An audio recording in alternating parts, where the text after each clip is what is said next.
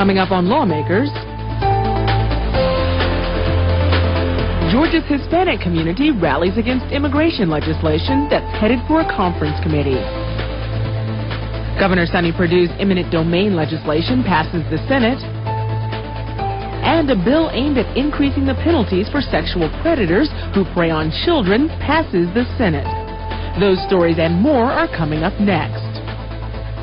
This is Lawmakers, your source for all the news from under the Gold Dome. Here are your anchors, Gerald Bryant and Nwandi Lawson.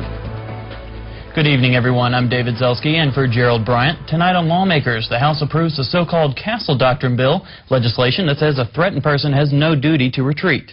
And the House approves its version of a bill that would create a paper audit pilot program for some of Georgia's electronic voting machines. But first, our lead story tonight, the immigration debate continues. The Senate voted to disagree with House changes to Senator Chip Rogers' immigration reform bill today.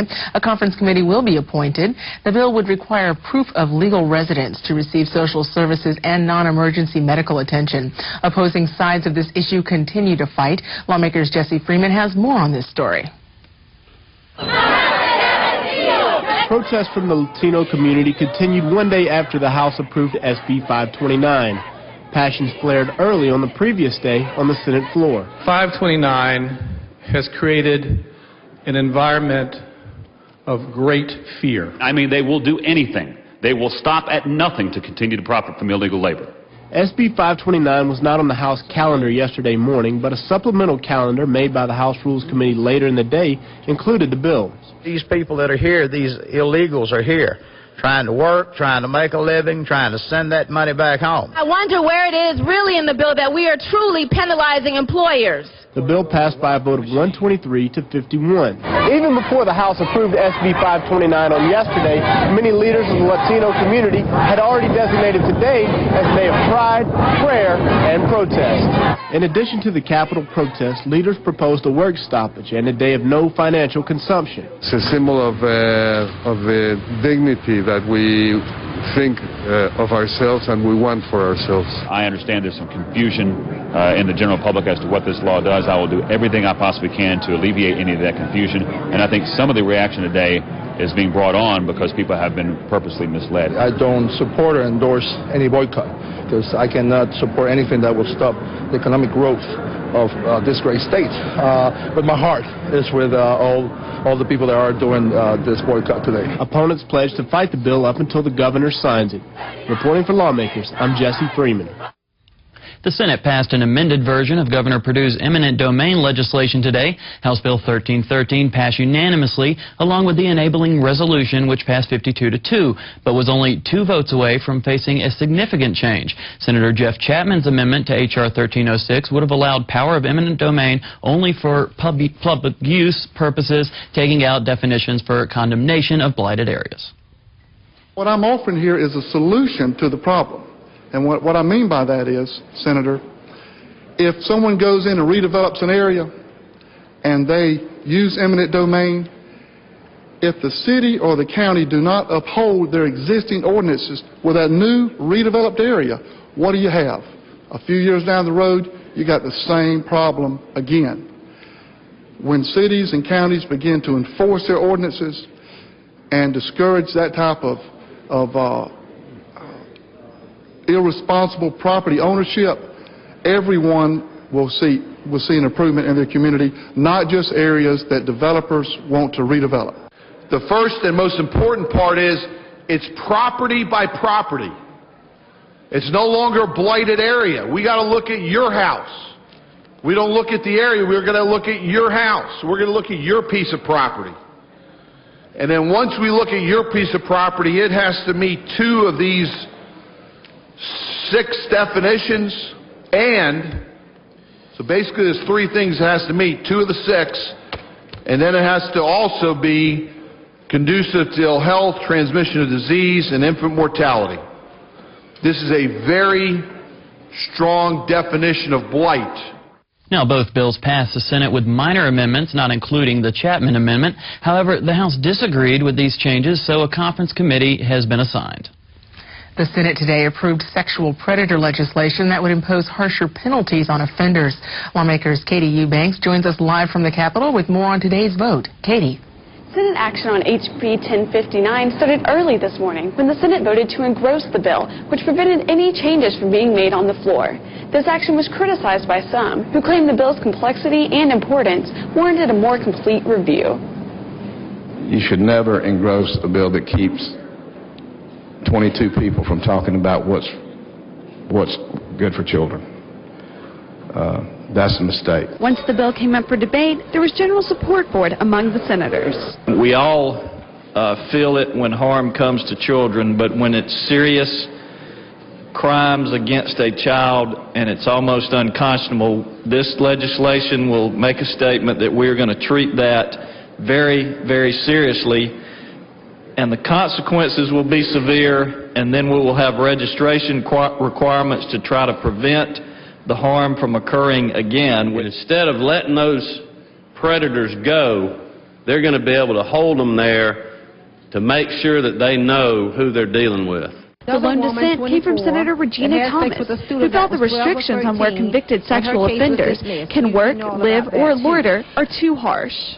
What I am saying, if a person get out of jail and can't find work, can't find a place to live, they're going to commit some crime or another to sustain themselves in living, and they're going back to prison. And that will cost the state. The Senate passed the bill by a vote of 53-1. Later, the House voted to disagree with the Senate version of the legislation, so the bill will now go to conference committee. Reporting live from the Capitol, I'm Katie Eubanks for Lawmakers. The Senate passed another version of Amy's Law today. It was presented as an amendment to House Bill 1145. It changes criminal provisions for juveniles under 13 years old who commit murder. The original version awaits a vote in the House. Senator Bill Hamick explains why Amy's Law was added onto this bill. The amendment is exactly like Senate Bill 522, I believe was the number that we passed unanimously earlier. That was Amy's Law that addressed a situation where you have a 12-year-old potentially who murders a victim and allows the juvenile court more authority in that situation. It's the same bill that we've already passed. The House just didn't get to it before today. They're going to try to work on it today, but they've agreed to allow us to amend this bill, and we've worked with the department on it, so they're okay with the amendment also. So it should be fine with all the interested parties. Now, even if the other bill, Senate Bill 522, passes the House, the governor can sign either bill to enact Amy's Law. The House today gave final passage to what has been called the Castle Doctrine, the ability to use deadly force for self-defense without the threat of prosecution or civil suit. Representative Bobby Franklin presented Senate Bill 396, explaining that it would not create more instances of violence.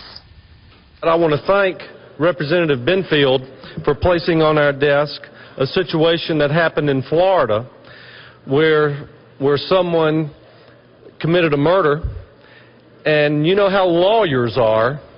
They'll find an excuse for anything, and they tried to use Florida's law, similar to this that we're modeling this after, as an excuse to avoid prosecution.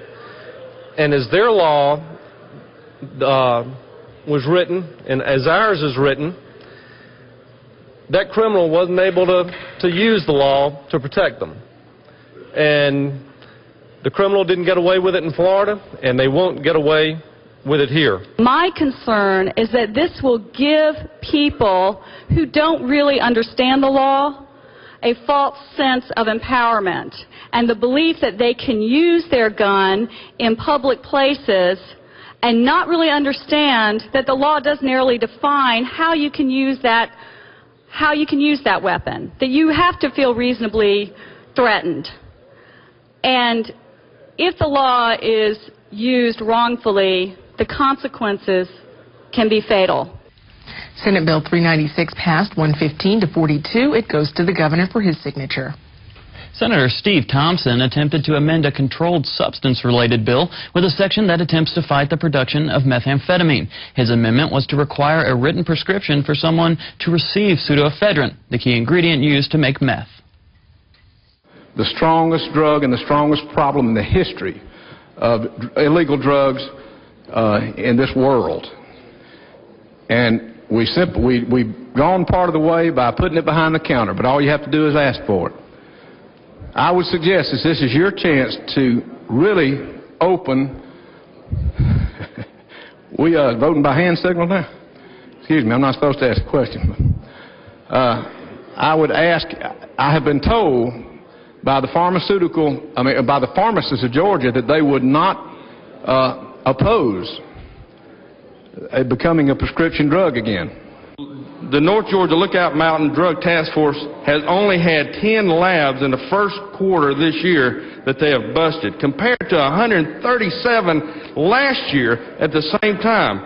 What does that tell you? That means the meth labs in this state, in my area, the central of the meth problem in Georgia, is down already. This amendment is bad. It's not good. It's expensive. It takes away common cold access medication for rural Georgia. So please vote against the amendment. The amendment failed 20 to 29. However, the bill it was attached to, House Bill 1054, passed and now goes back to the House for their approval. Well, the House approved a bill today that would let voters review their votes before casting their ballots. Senate Bill 500 received unanimous support from representatives but must return to the Senate for final approval. Lawmakers J.R. Charles has been tracking this bill through its debate and joins us live from the House chamber. Now, J.R., did the House make any major changes to the Senate's version of the bill? Well, Wandy, the House only reaffirmed what Senator Bill Stevens originally intended in his legislation. Now that the House has approved its version of the Accurate Elections Act, it's only one chamber away from reaching the governor's desk. Voters in 3 Georgia counties are one step closer to using this new voting machine at the polls. This latest device can produce a paper receipt that allows a voter to confirm their choices before casting the ballot. If the Senate approves the House's version of the bill, machines like this will be ready for November's election. Senator Bill Stevens' legislation was sponsored by Representative James Mills in the House. The representative believes this latest voting system needs to be tested to ease concerns over the machines by the 2008 presidential election. I think when this is put in place, we'll see that we have a trustworthy, reliable voting system in the state of Georgia, and we want to be able to share that with great conviction, encourage people to get out and vote. Representatives in the House gave the bill their unanimous support with some changes of their own.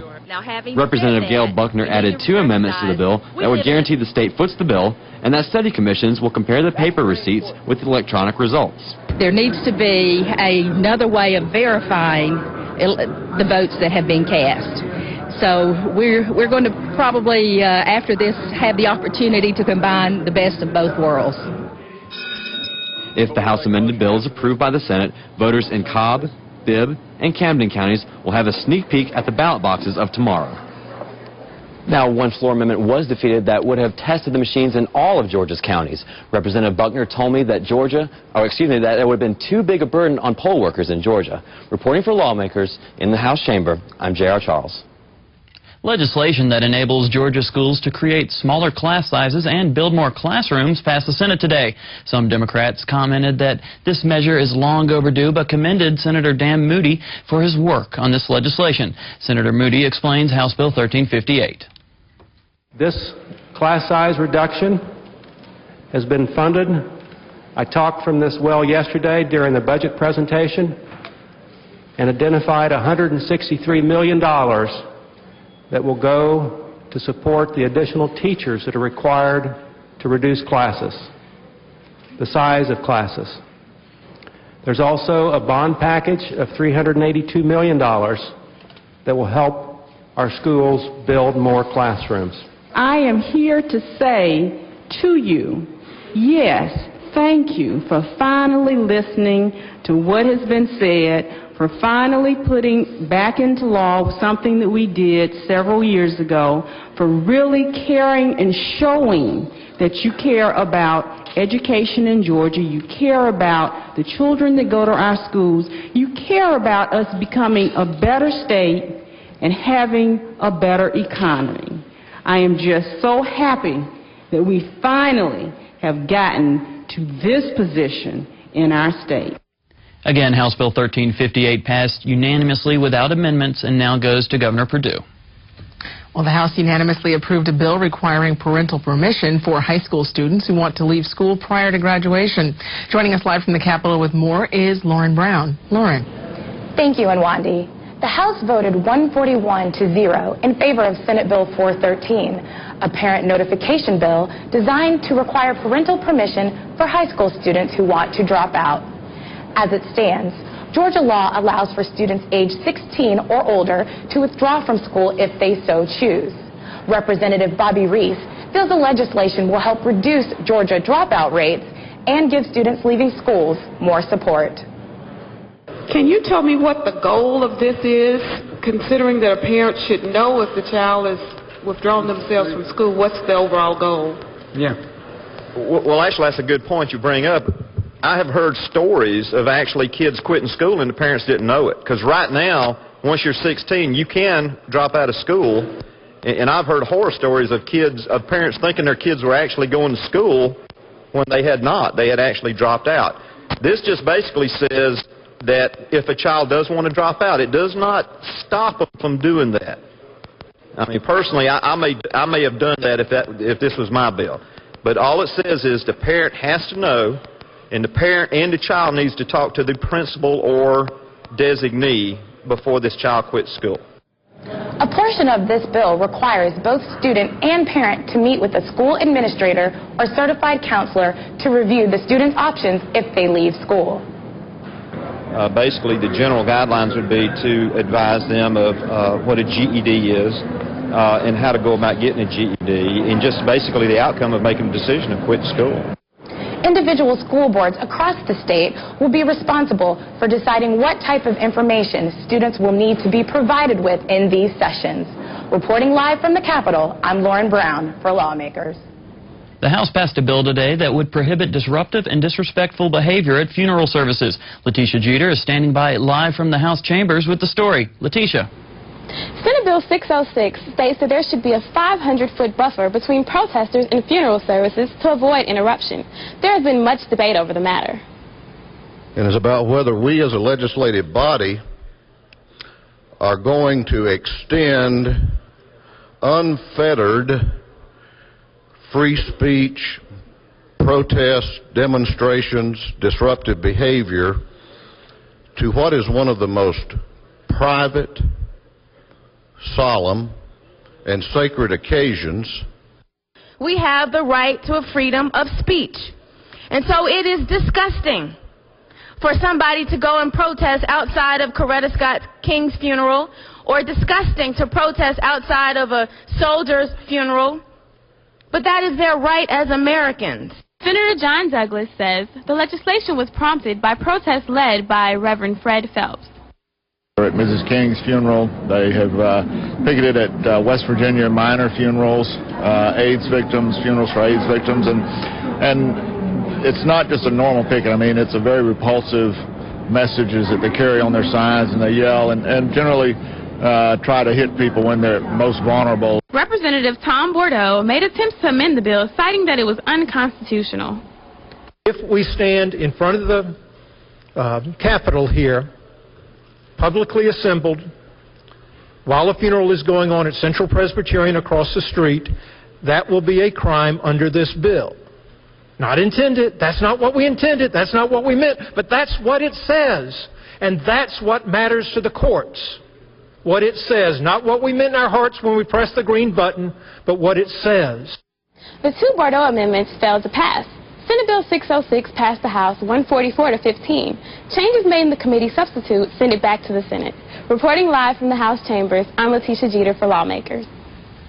Well, the end of another legislative week means we get to check in with Tom Crawford of CapitolImpact.com. We began by talking about the passage of immigration reform legislation. The House has combined two different immigration bills into one of them dealing with wire transfers of money, and the other, the bill that tries to limit immigration in general. There's a difference of opinion between the House and Senate leadership over those two issues. One side wants to split it, the other side doesn't. And that seems to be holding up a final agreement on that bill right now. All right, if we switch gears a little bit, the House approved immunity from civil as well as some criminal charges for those who are protecting themselves, self-defense, the so-called castle doctrine, with quite a bit of discussion on that bill as well. Where do you think that's going to head from here? Well, that will go straight to the governor's office, and I'm sure he will sign it. The House, as I understand it, approved the bill as it came out of the Senate. It's called the Stand Your Ground bill, and it says if you feel physically threatened when you're outside your house or your car and you happen to have a gun, then you can use deadly force if you feel the need to defend yourself, and you cannot be prosecuted for that or be the subject of a civil lawsuit. A lot of that restates what's already in the law, but there is some concern that it might lead to innocent people getting shot in shooting incidents. That was discussed quite a bit on the House floor. Also in the crime section as well, the sexual predators legislation, Senate approving its version today. Right. The Senate finally did approve that today. Again, there are some differences that need to be worked out between the two sides. And I think some of the House people are a little perturbed that the Senate didn't get to it more quickly than they did, and there's some concern that the bill might get lost in the end of the session confusion. But I suspect they'll come up with a version at some point before they go home. Before we absolutely leave crime altogether, you had a little bit of a surprise there with Senator Fort being able to amend some legislation yesterday to get his hate crimes legislation attached there. That's right. A hate crime bill was passed about 6 years ago by the legislature. It was later overturned by the state Supreme Court. Vincent Fort, who has been trying to get it back into play here, attached it as an amendment to a somewhat related bill yesterday, and they're trying to see if they can revive that particular law in this session. And then the governor's legislative package, they're looking at eminent domain today with the Senate passing its version of the governor's eminent domain legislation. That's correct. And again, there are some differences that will need to be worked out between the two sides. But despite some of the arguing that's going on right now, I think they will reach agreement on that issue. And since you're speaking about differences, I understand that we're getting down to the wire and the usual House-Senate kind of controversy swirling there as well. That's right. You got both sides calling names at each other, and the House is mad that the Senate isn't doing more to pass their bills and vice versa. And they're talking about, well, we may just have to leave here without a budget. But in the end, these things do tend to work themselves out. I understand a little bit of speculation today about when the actual sine die will come, with House Speaker Glenn Richardson mentioning it might come before the end of next week. However, it would be a record time for the Budget Conference Committee to complete its work. That's right. There are a lot of differences between the two sides on the budget, and if they are going to adjourn next Thursday, as some people want, they're going to have to do a lot of work this weekend and into next week as well to get that finished. All right. Well, as always, Tom Crawford of CapitolImpact.com, we appreciate your insights here. Great to be here. Thank you. Someone who orders a bottle of wine at a restaurant may soon be able to recork that bottle and drive it home. Senator Don Balfour sponsors Senate Bill 1436. You and your spouse go to a restaurant, you have a bottle of wine, you get halfway through it, and in today's day and age, you can't take it home with you, so you have to sit there. Basically, you're going to sit there and you're going to finish it off. This bill would allow you to recork that bottle of wine and take it home with you. In other states, this is passed. It's passed in Florida, for instance. Mothers Against Drunk Driving in Florida were adamantly in favor of it. You can see why. It reduces the need to be on the road and have too much alcohol, or you'd have less alcohol in your system, and basically allows you to recork that bottle and take it home with you, which sounds like a sensible thing to do. I know there are a couple amendments on this bill, and I'll be looking forward to hearing from that. If there are no questions, I'll yield the well. Now, an amendment to allow someone to order 2 cases of wine from a winery and have it shipped to their home passed. However, an amendment to ship 9 cases at a time, which is 108 bottles, was voted down. The House today agreed to honor former House Speaker Tom Murphy by placing his portrait in the Capitol. The occasion brought current House Speaker Glenn Richardson to the well. I love sports, and I love sports analogies, and the best compliment you can get in sports is when somebody that plays your sport and plays your position looks at you and says, "You played a good ball game." They can do that because they know how much training there is. They know how much work there is. They know how hard it is to play that position and do a good job at the game. Well, I've walked in the shoes just for a brief moment of the man known as Tom Murphy. 42 years he was a state representative. He loved this body here.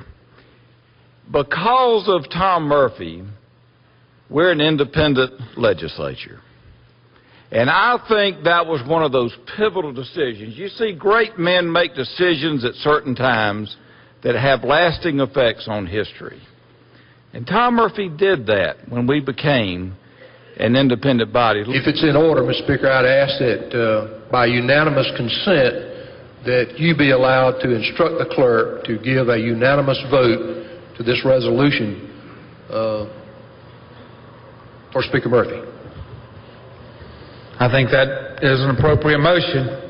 Is there objection to granting unanimous consent that we direct this as a unanimous vote in support of House Resolution 1856? Is there objection? Chair is none. It's so ordered.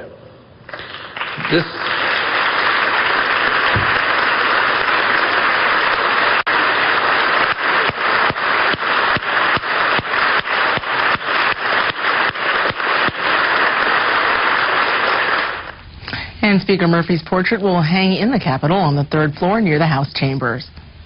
The southern Appalachian brook trout is well on its way to becoming the official state cold water game fish of Georgia. However, Senator Preston Smith, who presented this bill, found passage did not come easily. Senator, would a green tree frog make good bait to catch a southern Appalachian brook trout? No, sir. The southern Appalachian brook trout won't eat a green tree frog. If you're using that, that may be why, as they say, fish are cut bait. You might as well cut that bait because you're not going to catch any fish. Is it not true that considering our past history on some other bills that I might think there's something fishy here? Well, Senator, I can assure you that we are not privatizing these streams. They are all located in public lands in Georgia and the National Forest lands, and that is almost exclusively where these fish reside, and I'm all for public lands in this case. You seem to have been attacking forestry in Georgia, and if it wasn't for forestry in Georgia, we wouldn't have clean air and clean water. Well, no, sir, I didn't mean to attack forestry in Georgia. I'm here on behalf of the southern Appalachian brook trout. And as long as you keep those loggers out of that water, you know, they'd probably be okay. I'm glad you cleared that up, Senator. 33rd. Senator, yield. I yield. Senator, would you consider a 24-hour waiting period prior to spawning? Senator, I hope you're referring to the fish and not me. I don't know what your enforcement mechanism is, and we don't have a fiscal note on it, but I'll certainly be welcome to entertain it. 43rd. Senator, yield. I yield. Are these fish at all known to be fighting fish? Senator, I will tell you this. If you ever hook into one, and you won't find many in DeKalb County, they will sure fight you. But they are awfully pretty fish, jewels, emeralds in our North Georgia mountain streams, and we ought to do everything we can to recognize them and memorialize them in our official state symbols. Now, House Bill 1211 passed 46-1 and goes to Governor Perdue, who will now have the tough decision of whether or not to sign this controversial bill into law. Well, we will have lawmakers back on Monday when the General Assembly reconvenes. We'll be back with all of the latest from under the Gold Dome on Monday night at 7 p.m. If you've missed any part of this Lawmakers broadcast, be sure to tune in Monday morning when Lawmakers repeats at 5:30 a.m. Now, stay tuned for Rick Steves' Europe Classics. That's coming up next here on GPB. And that's our broadcast for this, the 37th legislative day of the Georgia General Assembly. I'm David Zelski. And I'm Wandy Lawson. Thanks so much for joining us, and have a great weekend.